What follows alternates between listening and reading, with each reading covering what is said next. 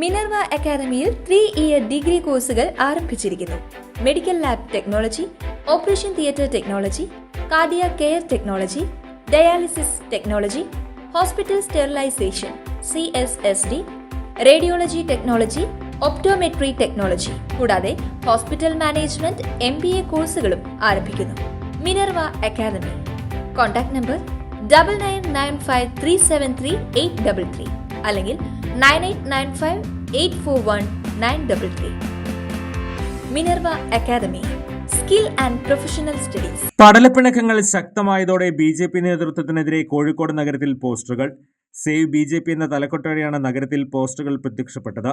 BJPയിൽ കുറുവാ സംഘമുണ്ടെന്നാണ് ആരോപണം.